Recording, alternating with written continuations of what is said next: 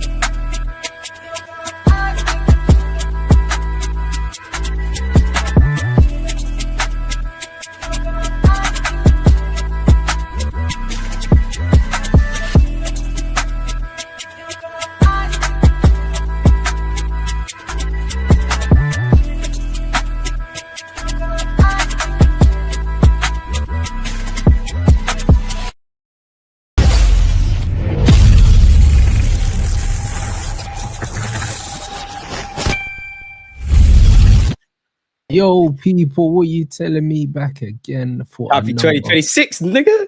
40 talk. You know them ones there, bro. Man like dejected Gooner, bro. Brought out the sunglasses and that. Man, Dejected one, never hide the front line. In the corner boys are here. Last time I checked, we're 6 points clear. Lie. Gooner and that. Don't lie. I know what I'm stepping into. Let's go, man. I know what I'm stepping into today. You're upset, bro. Don't lie. It's all right. Look at the eyes. They don't lie. Upset about what, cuz? Upset about what, my brother? This is a safe space. You can say how you really feel, bro. Mind games. This is a safe space. Yeah, what we upset about? Chat to me, bro. Listen, I'm the guest here. Well, let me guess. Like you didn't see the you haven't seen the table. You haven't seen it. Man, don't know. Man, just know my team 6 points clear. If anytime we draw, it feels like a loss. Everybody's been excited. We're drawing. Wow, we drew. Can I just say, we drew to the current champions. Your boss lies right. We drew to the champions. We drew to the champions of the world in Chelsea. We drew to an informed Sunderland. We only draw against serious teams. I don't know how I can be dejected. Your team ain't won in 2026, my brother. Lie, fam. Man said you only drew against serious teams, brother. Sunderland. Sunderland are exceeding expectations. They signed an invincible in Granit Xhaka. They have absolute unique qualities. They also drew against Manchester City. In many ways, they're the best performing team in the Premier League, and they're probably the favourites for the Prem. In many ways, the league table doesn't suggest they should be higher up. Allegedly. I hear it, bro. New Year, same old shit, The same old shit, man. Ain't nothing changed mad, but the years, man. He's moving. I know when you saw Sobo standing over that free kick, I swear that I was shocked. I'm not gonna like the second one. I was shocked. I was like, here comes the deja vu. I was shocked. On my watching, I couldn't even look. I was just there. Brother, I know man was stressed. I swear down. When I saw the camera angle spin round, I was like, if he does it again, this is gonna be a madness. I was praying to God. Do you know what? It's the second one because Raya done that. For when goalkeepers cover one side and they're like, do it if you're bad. I'm like, we've been here before, my brother. Please, man. Plus, your boss like with his interview where he was actually right in what he said.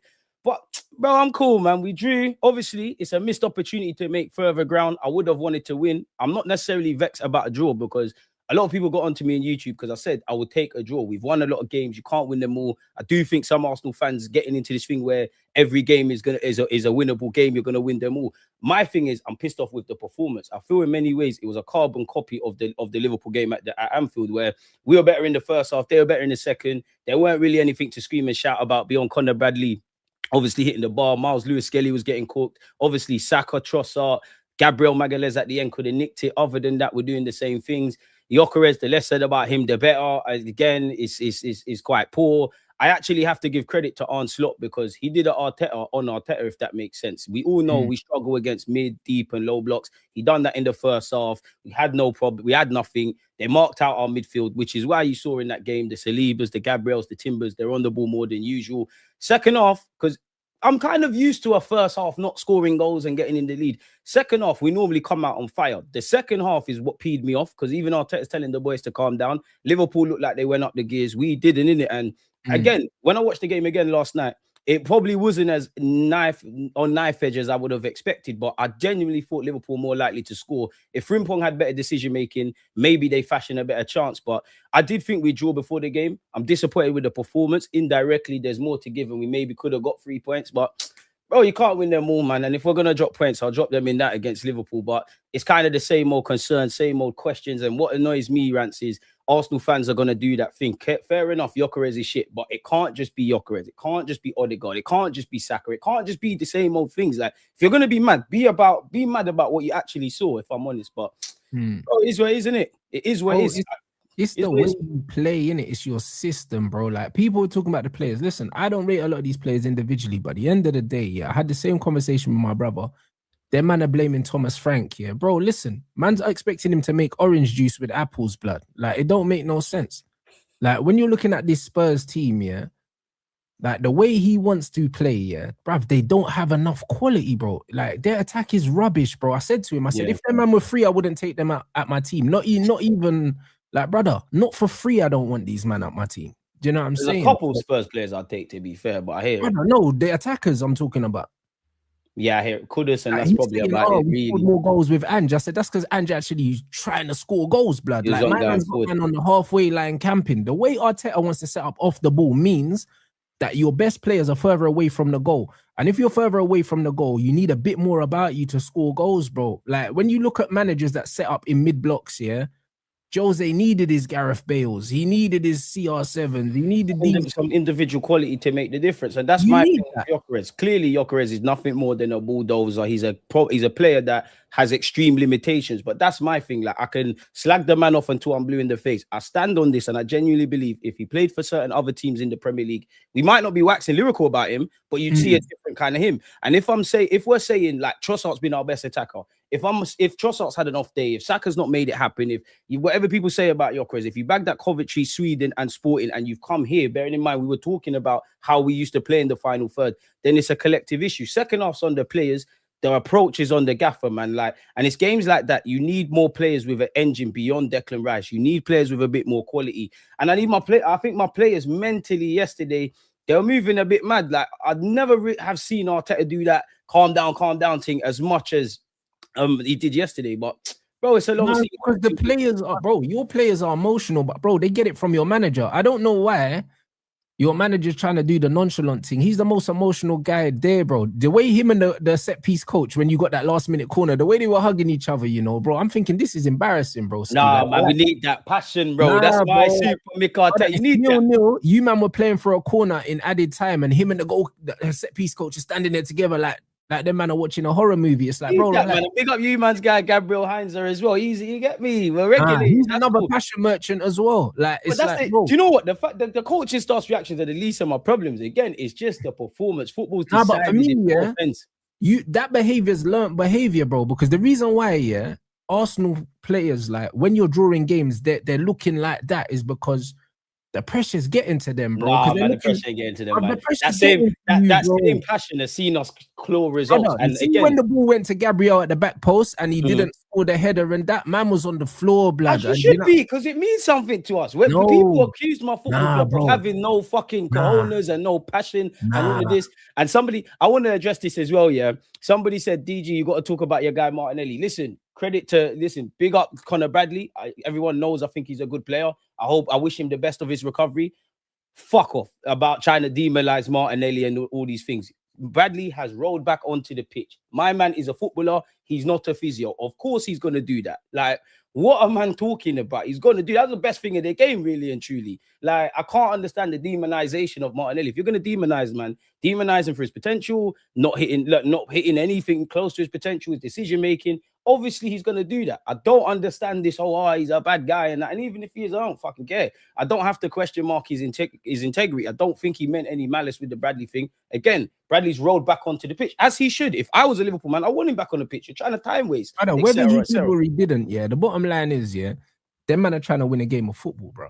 Do you know what I'm saying? Like, I seriously doubt that at the time he knew that man was actually injured the way he was injured, because like Arne Slot said, bro, man, time waste all the time. Like, do you know what I mean? They're away from home. It's a good point for them, given the form that they're in, It's not the first time you would have seen someone wasting time, innit? Like, and I know it's rich coming from Arsenal because they love to take 10 minutes to take set pieces. No, we're not the only one. We're not the only ones to do that. City do it, mate. You lot do it, mate. Everybody does it. Ferguson used to do it. And you lot's fucking pussy old legend, Gary Neville, is chatting shit as well about how they should have banged Martinelli. We forget what he did to Reyes. There's one rule for my football club and the next brothers. When we start doing what you man do, there's problems. Dishing out the cards and know, statistically, Arsenal have had the ball in play more than everyone in the Premier League. You can really go and look at that, innit? So we wasted his time. When Newcastle did it, it was a thing. How can Arsenal be professional victims? I'm definitely not a victim. Like, please don't do the internet thing. But anyways, no, you do it though. Every set piece is a 10-minute thing, as it should, because we're the corner boys. You take your time with this thing. I'm trying to say. Take your time with this thing. Take your time with this thing. When a brown skin gal is waiting for me to come on a date night, I'm that nigga, so I'm gonna come later. The guy mad. We can do what we want. Do what we want. Bear man waited for time to chat shit about my football. Man acting like we lost, and then man acting like they won. I hear it. No, because your players were acting like you lost, bro. Because that's what it means something to the man. Them. It's the standards. You've been here many times. You should be ice cool in these situations. Man, say act like you've been here before. We're passion. We're thunder and lightning. We're everything, bro. It's calm. Oh, it's calm. I can't lie, It was one of them situations where... Oh, here we go again. That's what it was, bro. It was that. It was that, bro. I got the sound effect thing now. Tell the truth. Tell the truth, though, innit? It was. As soon as Gabriel missed that header, he was like, oh, my days, bro. By then, I've already emotionally checked out and hoping for a point, because I'm genuinely thinking Liverpool are going to equalize, take the winner, because I'm not happy with what I've seen in the second half from anybody. I don't know what Arteta and these boys said at halftime. It's not on. It's not on, bro. Like, it's not on. It's horrible, man. Horrible shit. Bro, this is what I'm saying. And then when the morale's low, Saka signs a new deal, bruv. You know them way that they just bring out information. That was always gonna happen. They're playing you though. Do you know what I'm saying? On the back of yesterday's performance, they bring that up, get us all giddy again. That's what I'm trying to say, bro. They're pulling on your heartstrings, bro. They know where this is going. I'll be honest. Not pulling on mine. I know I'm with it. There's 4 again, rants. All I've said on your platform is there's 4 opportunities of silverware. I know we're winning 1. I know that just because we drew don't mean anything dumb. I don't look at the league table, but we're 6 points clear. We're topping the champs. We've got Chelsea in the League Cup. We've got Portsmouth in the FA Cup. I don't understand the panicking. It's coming like projecting. You know, people's failed hate-alongs against Aston Villa, against Everton, against this and that. It's cool. We're cooling. I know what's happening in May. I'm not May 2026. Once again, please make sure you're all in N5, man. But I And hear all of it, this, but I would never had bro, Isaac. I never had Isaac. I never had Salah. What does that mean? We will be Liverpool there, have won but not without for their the best reason players. that We've you won think without their we'll best be players. there. You've done the same. What But am I will be there. But I will be there to record my Band Sports News episode outside your stadium like I did last time, bro. You know them way. I can't wait. I can't wait because there's humble pie, mate. There's humble pie I landing. just hope the weather's good. You get me? You know them way there. Man might wear a string vest and that. You know them way there. Bring a little super mode. You know what I'm saying? So yeah, hopefully, hopefully it's hot in May. You know the way like Mark Noble, man. May 2026. You know what's going on. We got Super Mika Tata. we got the team, bro. We're gonna see. Big up Goon for life as well, bro. Man said it's a marathon. That game was poor, but the players know 6-point lead. Liverpool fixture done. We move. City go to Anfield. Liverpool are gonna skin out Batty for City, man. You know that, man. It is a marathon, but this is exactly why certain man shouldn't be celebrating the title in January, bro. And I'm not these guys. That's one thing I'm not part of. I know I like to run the bands and stuff. Nobody can claim me has been sitting there and doing all of that stuff in January. I know one Arsenal fan says something and it's the world, but yeah, it is what it is. Dead. Because, bro, the truth is, yeah, like, cool, it is a marathon, bro. And at the end of the day, you see, with a marathon, it's not about how you start, it's how you finish. At the end of the day, people get pipped at the line all the time. Man, and this is what I said to calm down. This is why I don't think Arsenal could bottle it, Arsenal could win it. But right now, I don't see the point in crashing out. And half the people that are crashing out, I'm all for logical conversation. You could be as happy as about Arsenal or as sad as whatever, innit? Provided you got evidence. The same people that are crashing out and now everybody shit and throw everything away.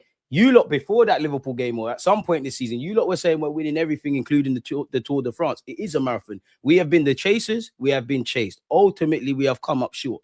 That is why, just take calmness. This is why I'm not panicking. And I said this on my channel, had we have been 8 or 9 points, I still don't think it's something to be crying and getting excited about. Of course, you'll take any lead you can get in the Premier League. You want to win every game. But worse things have happened. The only time I'm going to take stock in any sort of points gap is when you get to March and April and May and there's, give or take, 5 games left. That's where you can take some stock in that. Right now, you just have to try win your games and just keep it moving. And that's why I give credit to my players, because we won a lot of games.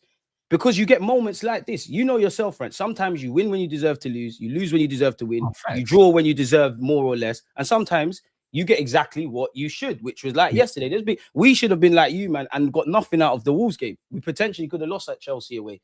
We just have to take the blessings and keep it moving. And it has to be much better. You've rode your luck multiple times. And that's how you have to do to win a title. Every team that's won a title has done that. So, like you said, the Wolves game, do you know what I'm saying? Having to pretty much at the death, like, do you know what I mean? Turn that on his head. Do you know what I mean? You've been doing it. So, and then there's a reality rants where obviously it never happened, but I would be saying the same things if this happened. There's a reality where Magalhaes scores at the death. We nicked that Liverpool game. There's a reality where between Timber and Gyökeres, heavy on the Timber, less so much on the Gyökeres, the same thing happens at Stamford Bridge. Or a draw was deserving at Sunderland for both teams, but 15 minutes in we hold on. I'd still be saying the same things, but I just think there's people that watch football, and then there's people that watch football. There's people that just get excited or get mad negative. Just relax, bro. Regardless of how the season pans out, just tranquilo, bro. Like, I know it's not going to happen, but relax, bro. Just genuinely relax. There'll be a time to crash out. It's not right now. Look at the evident warning signs, make them better, take what we're doing good and make it great and keep moving, bro. The good thing is we're still unbeaten away from home. For the fans that live in La La Land, it's a bit of a sobering reminder back to reality. Of the top 6 in the last 3 game weeks, we're the only team that's actually won. It's a reality check. Now we go and participate in the FA Cup and the League Cup. And if anybody thinks Nottingham Forest is an easy game away from home, you're in with for a rude awakening. It's the same thing I said with Liverpool. Liverpool's not going to be an easy team. It sounds dumb, I would have been more confident had they have had Salah, and they ain't missing as much players as people making out, but had they have had Salah in their strongest team, why? It's just the game would have been open. Attackers, that's all it was. And that plays into everybody's hands. We've seen the games at the Emirates, whether Liverpool have won recently or us. They're them crazy kind of games. As I said, Slot did it Arteta to Arteta. And it worked. I can't begrudge him. They're in a worse moment than us. You're going to do that. Same way when we went to Anfield, we was more humble in it. So, yeah, man. That's the mad thing. The injuries probably helped them because they could set up in a way that was good enough to get the result, but it never looked negative because that's all they had. You know them ones. If fair with them, they grew. If he had them available, if he had Ekitike available, if he had Salah available, if he had more open. Way more open. Exactly. If he had the man available and he didn't play them, man would have been questioning him. Liverpool, so kind of made his Liverpool boxed decision a bit smartly, easier. bro. They booked very smartly. And even my team, it sounds mad, but I wanted Merino up front. Granted, it might not have worked, but I wanted Merino up front. Why? Obviously, like, let me get away from slagging off Gyökeres. But if I just look at him as a traditional number 9, that's food and drink for both Konate and Van Dijk. They also relish it against Haaland. The one time they kind of struggle is when they've got, like, you can't really mark a moving target. Merino's going to drop into midfield. You've got runners. If anything, you bring on Jesus and Gyökeres when there's tired legs. And even Jesus, the last time I was here before 2026, obviously, I said, I don't know why there's this, like, revision over Jesus. Decent player, but you lot used to say the same thing about him. If we're missing anyone, it's Kai Havertz, and we've got 4 man that we talk about stuff other than scoring goals. So make it happen, man. Nketiah's a baller, like that comment said. Yeah. He's a cold baller, man. But I thought, like you said, they did box smart, bro. Do you know what I mean? They Credit to Slot. nullified you, and their goalkeeper, when they needed him, he commanded the box well. Do you know what I'm saying? Because Arsenal like to overload the box, especially towards the end, bro. He was cutting out everything that was going across the 6-yard box, Alisson, bro. So it was one of them games where obviously Liverpool will be happier because they're in a worse moment than us. But at the end of the day, they might even be vexed. They should be vexed as well. Like, both Arsenal and Liverpool should feel the same way, that there was more to give. Ultimately, there's more points to gain. No, 100%. Aren't you concerned about, firstly, Lewis Skelly, bro? Because that's my shooter, but I actually like him, but his confidence looks like it's mad low at the moment. He looked ill yesterday as well, if I'm honest, when he came off the bench, bro. End of the day, I'll back him. You have to respond to adversity. We might even need you to play in the next few games, because obviously Hincapie's got a knock. Don't know when he's back, if he's going to be back. Calafiori's obviously gone. You're going to have to play. Form is temporary, class is permanent. Get with it. You know this is how life goes, especially from a footballing point of view. You bust through in the academy. He had a great rise. Everything's great. England cap, all these things. Now you've got a bit of adversity. I do think, fans need to be a bit more realistic in that. When you've got Eze and you've got Skelly, you've not been involved. You're out in the cold. You can't expect fireworks. But unfortunately for these players, the only way you're going to get more chances if you take these little 5 minutes, 6 minutes, whatever have you. I've got faith in Lewis Skelly, but even yesterday, like, we know Lewis Skelly's not a natural defender, but he's actually playing like a traditional fullback. He's not inverting. If you looked what him, Rice, and all of them are doing, so that comes from the gaffer. So you've kind of killed anything he's got. And then on top of that, in the second half, we're giving the ball away. We're looking a bit excited. We're playing a lot of blind passes, which obviously Skelly's at the forefront of. Just a shit show in the second half, bro. Like, I'm not concerned, but he's going to need to find his form immediately, quickly, because Arsenal fans do this thing, every football fan, but they do this thing, like, these players, they will big up these players, and they're the first to tear them down. So man. That's the shit side of football. The shit side of football is, as a player, if you're not playing, but then man expects you to have match rhythm, but it's like, I'm not playing there. You know what I mean? And so some man need that, especially in 18, 19. A lot of men need that also, just for confidence as well, bro. Like, when you're getting up in the morning and you're going to training and you know you're playing on the weekend, bro, you train different, bro, because you know you're playing, bro. When it's all the thing where you know you're not playing and that, do you know what I'm saying? And then it's peak for Lewis Skelly, because he's not left back anyway. Do you know what I'm saying? But when he stepped in and the expectation wasn't there, it's different. Do you know what I'm saying? But then man expects you to just come in and play a certain thing, and obviously, like he had a bit of a torrid time yesterday, but it didn't really matter because he didn't concede. But it's like you got him, like you got Eze. Yeah, I mean, that's not getting minutes, and then when he is getting minutes, he's not really pulling up trees, blood. You're expecting fireworks from Eze, and the fact is, I've been one of them fans. Like, obviously, I would love Lewis Skelly to play, Wanyeri to play, Eze to play, couple other men that are on the bench, but I'm on this 3 points business. When you've been putting a run together and you're getting 3 points as we have, I haven't really got a leg to stand on in it. I can talk about rotation, but you're getting the job done. If the form's inconsistent, that's where my issues come from. But then, like you said, Rance, you can't expect fireworks when a man's been kept out the cold. I know what Arteta said about he's played more minutes than he has in recent seasons, and he's played more games than he has at any point of this campaign in previous years, which is all true. That's a bit of a cop-out. I can't really complain, because Odegaard, prior to Liverpool, the form was there. Trossard's been our best attacker. The only thing I can say is, could you get more minutes off the bench, etc.? Bearing in mind, some of these games I'm crying out for, even if we've scored bare goals, they've been on a knife edge, and other solutions have had to be done, innit? I've got no complaints about Eze, because it's only a few weeks ago. He was the Messiah when he scored against Spurs. Before that, Arsenal fans were onto him, and no doubt they'll be onto him again. It's all swings and roundabouts. Honest to God, if your name's not, and everyone's place is up for debate, innit? But if you're not Saka, if you're not Gabriel, if you're not Saliba, if you're not Rice, if you're not Timber, then you're different horses for courses type of thing, man. And even them, like no one spot is place is safe essentially. When you get moments like yesterday where the performance was dead, regardless of who went out there, then I can be like, oh yeah, what's going on with Eze and that. To be fair though, Eze's got, in my opinion, 2 games on the spin at the moment. Like what, he's going to play against Portsmouth. He'll probably play against Chelsea. I don't know for Nottingham Forest on Saturday next week, but yeah, man. Yeah, no, it's interesting because like it's definitely a system thing, bro. Because man, I say making it as a little ordinary criminal, but bro, what man need to understand is the reason why Noni, for instance, looks different to everyone else is because he's willing to just pick up the ball and just go on his own, innit? Just do his thing. Like, that's just it, bro. And that's why, like, to a lot of Arsenal fans, it looks like a breath of fresh air because everything else just looks very rigid and robotic. And then he just would just pick up the ball and just do his own thing, bro. And to a certain degree, Jesus kind of used to be like that for you, but he's not that now. He's not that. But this is the point, Rance. Like going into the season, once again, before a ball was kicked, for Gyökeres can be as good or as crap as people want, but I tried to say it is not as white and black as new striker, new Eze, this, that, and the third. Defensively, because of the system, yeah, I think it is. I think we could get a couple shit defenders and they will look a bit better because of the structure. It was never as white and black as that. You know, Saka is my guy. I think he's a great player. I do wonder how much better he could be if he put the handbrake down.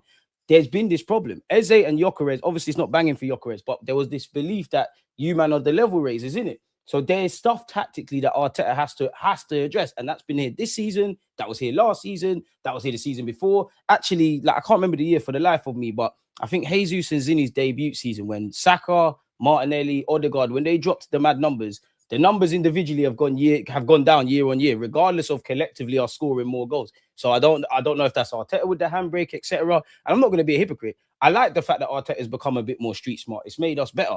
But that 10-15% that you could remove and make us a bit more, I don't know, like susceptible to be attacked against, it could give us a lot more. Attack is a form of defense, and we need to have that kind of thing now. We need to introduce that. That needs to be there. We need to just, yeah, man, we need to do that, fam. Yeah, but I would argue that it's hard to say that he's made you better. You think he's made you harder to beat? Nah, he's made us better. We've got more points. We've like all them bullshit statistics that I don't care about. You've got more points, but I don't necessarily put that down to you being a better footballing team because we clearly are a better footballing team. I don't think so because I just think that because of the landscape, bro. Look at the landscape and like this is how I to do with us. We genuinely have improved. We've got more ways of playing. Look at the landscape, like this Arsenal team right now, are not as intimidating as the 22-23 Arsenal side, bro. When they were a lot more vulnerable. Yeah, but about being intimidating, it's about winning more games, and they've done that. There's always a trade-off though, because like for example, when people for instance, when we had Ole Gunnar Solskjaer, and people were talking about the football we played, Oli was like, yo, I was up against Jurgen Klopp and Pep Guardiola, bro. And people forget that. Do you know what I'm saying? Like, when I look at what Arteta's... And the year you're mentioning, people are forgetting, Rance. The year you're mentioning, do you know how many games we're on a knife edge? Like, I actually think we've got better. It's just we're too robotic now, specifically in the final third. I'm cool with what's going on in the midfield. It's cool defensively. Because your manager is a control freak, bro. And what manager isn't? Nah, but he was letting the players play more, and now he's kind of put a lid on that. You don't get to a Champions League semi-final without what he's doing. Yeah, but I'm saying I'm proud of it. I don't think that you have good enough individuals to make up for how much of a coward your manager is. Because yesterday, he's definitely not a coward. He showed big bollocks to take this fucking job, get rid of Aubameyang and get better year on year. Bro. One thing he's a coward. You know why he's a coward?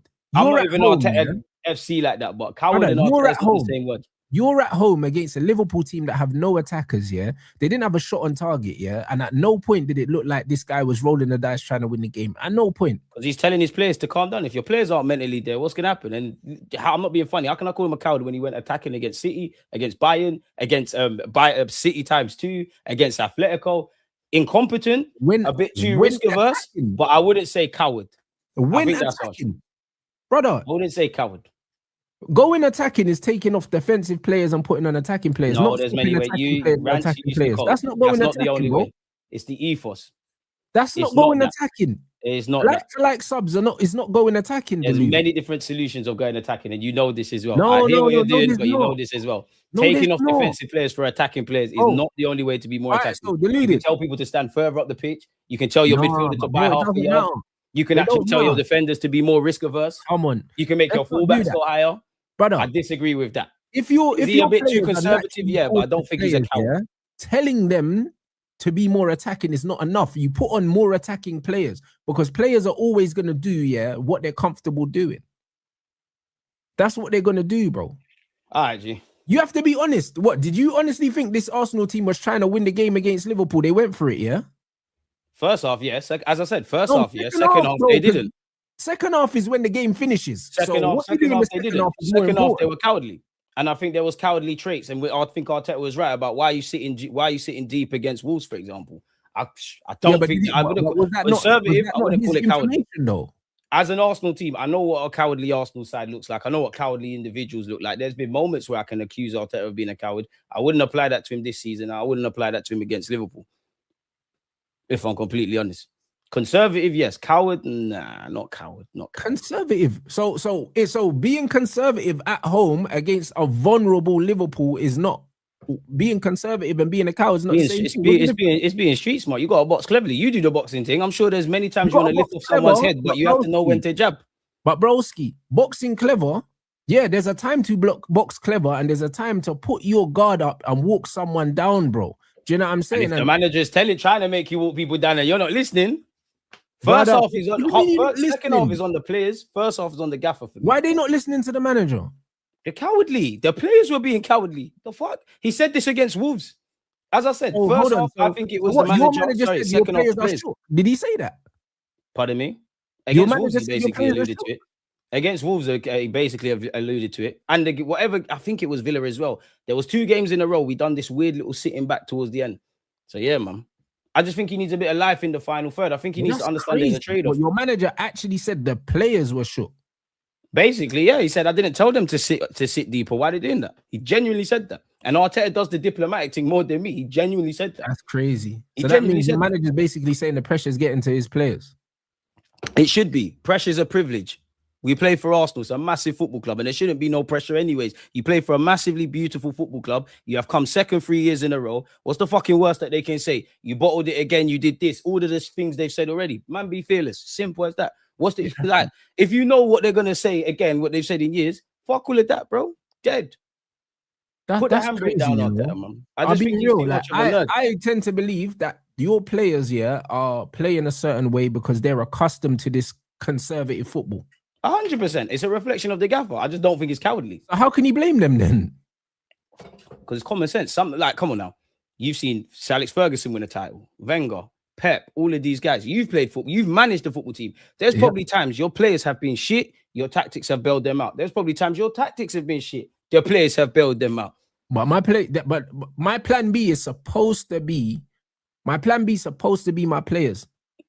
It's supposed to be. My plan A is my tactics and everything going according to plan. And then if we go back to the City game at the Emirates in the second half, can't tell me Arteta was a coward. Can't tell me he was a coward Newcastle away. You can't even tell me he was a coward Sunderland. You can't tell me he was a coward against Aston Villa times 2. What happened here, bro? We're going over in circles. No, because the first half is on the gaffer, the second half is on the players. You can't genuinely sit here and say, yo, this looked like Arteta was throwing the kitchen sink at Liverpool. He weren't throwing nothing, bro. He's throwing a slipper. The first half is on the gaffer. The second half is on the players. I keep saying the same things. Fair enough. I didn't see that in it personally. Do you know what I'm saying? Obviously, when I look at my team, we drew against Burnley, we shouldn't have drawn against Burnley. The one reason why, I can say that it's more down to the players than the manager is because first half, the manager selected the wrong squad. Who's even a fucking manager with you lot now? He made the adjustments. Fletcher was in charge for that. So he made the adjustments. Yeah. Second half, bro, we had two goal line clearance and a goal disallowed. 30 attempts, 10 on target, I can say, if the players were a bit more clinical, we would have won that game because we finished the game, with a pivot of Mason Mount and Kobe Mainoo, bro, and four strikers on, bro. That's how you go for it. Do you know what I'm saying? I didn't look at the Arsenal team and I thought, Arteta's gone for it. Like generally, Rance, that is something, isolated from the Liverpool game. This is where I agree. Generally, that is something that Arteta needs to install. He's done it in moments, but it hasn't been that. Granted, and I've said this on your stream before, granted, I could be a hypocrite. You could do that in any game and you throw everything and we go and lose. You know how football is. We lost. I'm on to you. And you lose that way. Yeah. No, but generally, that's something he needs to add to the table. And I think if you go back to the stream when we played PSG, when we went out in the semi-finals, I was here with you saying that that's something he generally needs to add into his arsenal. Ironically, that's something generally. I don't think that's isolated to but again, this is why I say he's a coward. You might use a different word, but my thing is, I always say to my community, about silent agreements, blood. We use the term when we're fighting. You know them ones there. So you know when you make a silent agreement and you take off an attacking player and you put a defensive player on, that tells your team, whether you tell your team or not, that tells your team. Yeah, it's time to go for it and feed off the energy levels. That's it. And it's the same way. If you take off a defensive player and you put an attacking players, it tells your team, yo, we're going for it. And that, if anything pissed me off in that game, it'd be the subs. If anything, for subs, so you can't. That's why I'm pissed off. I didn't want that. Marino up front, put Saka on the left for 10 minutes. Madueke bring him in. I didn't want Martinelli. I didn't agree with the Gabriel Jesus sub. I didn't think it was the time. Had we have went and grabbed the goal and you're trying to box cleverly and whatnot, now you bring on Jesus. I didn't agree with that. I didn't agree with not taking off Trossard at halftime. Big up Trossard. You know, you've been our guy, but isolated to that 90. You didn't do what you needed to do. The only people I don't have smoke for in that Arsenal 11 is my back five who started the game. Hincapié, Timber, Saliba, Gabriel. Because as I said, I can't be surprised that my centre-backs and my defenders are on the ball a lot more because they're marking out our midfield. That's where I need my gaffer to be a bit more proactive. And that's where you level up the playing field because Marino's going to drop. He's not going to stand up there. That's when Liverpool will struggle against us. And naturally, because he's dropping, Ball, Liverpool are going to come higher. We've got pace on the flanks. It just takes one moment. Just one moment. That's where I need us to box. This is what I was expecting. That's frustrating about that game. Jesus or Martinelli come on. I said, yo, they've got pace on the break now. Arsenal going to be a bit more direct. And they weren't. 9 times out of 10, I agree with them, Sud. But for that, I didn't think it was. I think you bring on one of Martinelli or Jesus. Me, it was Madueke first. Marino and Madueke, they were the two that I needed. Madueke, he could even go down the left. I would have preferred Saka to go out there because I think it was a bit anonymous-y out there. And I kind of just want Madueke to be on his greatest side, if that makes sense. That's what I want. Marino come in, drop in. Marino and Zubamendi even understand each other. That's what I needed from the gaffer. He didn't do that. And even, I'm exaggerating, and maybe Ben White's not fully fit, but there's a reality. I'm not going to be a hypocrite. I did say straight Miles Lewis-Skelly for Hincapié, but there's a reality where obviously Frimpong's their most dangerous player. Do you put Timber out there and then you bring on Benjamin White? Now, granted, that could have happened and it could have went left, but these are the kind of things. When it don't work, every other possibility is a valid talking point, if that makes sense. No, 100%, bro. That's the thing, innit? They always say hindsight's 20/20, innit? But like this comment said, nature of the game. The one time I saw Arteta go for it was that City game. Why? Because you were losing, bro. You know that. You didn't show the same energy when you were drawing to turn draws into wins. This is why you drew 14 times last season. Because Arteta, no, we never had players. Because Arteta's an overthinker sometimes, and I think he's not willing to understand the risk of losing, to win. Exactly, attack is a form of defense. I've been saying this. This is one of Mikel Arteta's his biggest strength is his biggest curse. Is that he's an overthinker. Is that he's so focused and micro focused on what the opposition going to do. They're going to put the ball here. I'm going to put the ball there. So we're going to keep saying the same things until something changes. If nothing changes, nothing changes. No, 100%. So it's just one of those things, isn't it? Like the mentality from the manager, once that shifts, it will shift with the players, isn't it? Like he has to be the example. If he's showing the players, a draw is not good enough, we have to go for this win and I'm making attacking changes. If he made the changes and he injected the same mentality that he injected in that City game, because that was the first time I've ever seen Arteta say, yo, like... Yeah, but you can gas up these players. If they're not down to ride, they're not down to ride, bro. Like, I genuinely think that was the case in the second half. They're not on gliding, bro. Let them man know that, yo, a draw's not good enough today. I don't feel like... If you gas up pussios, if you have a team and you're gassing up pussios, he's a pussio, he's going to be a pussio, isn't it? Like, it's going to be that. No, but be real. Do you think that the manager said to them before the game, draw's not good enough? 100%. 100% because of his comments. 100%. I think I don't even think he needed to say that. I think the players were on that. Obviously, what panned out was dead. The way they're going to approach it, horrible. But I don't think anyone wanted to go there with a draw. I wouldn't even say a draw is not good enough because it's not the end of the world for me. I genuinely was saying I'll take a point. But it's how it panned out. Again, I keep finding myself using the word performance. The performance. It's not there. Like, it's not there. It was lifeless. It was uninspiring. I don't subscribe to this bullshit Gary Neville is saying about tension and all of that. I just think you, man, was shit yesterday, bro. Like, you were just shit. But if you're trying to win, if anything, I think there's an element of complacency as well, Rance, because of how the first half went. Liverpool were respecting us. I think they came out in the second half, thought, yo, it's going to be the same thing. Liverpool came out on different stuff. You got a bit shook.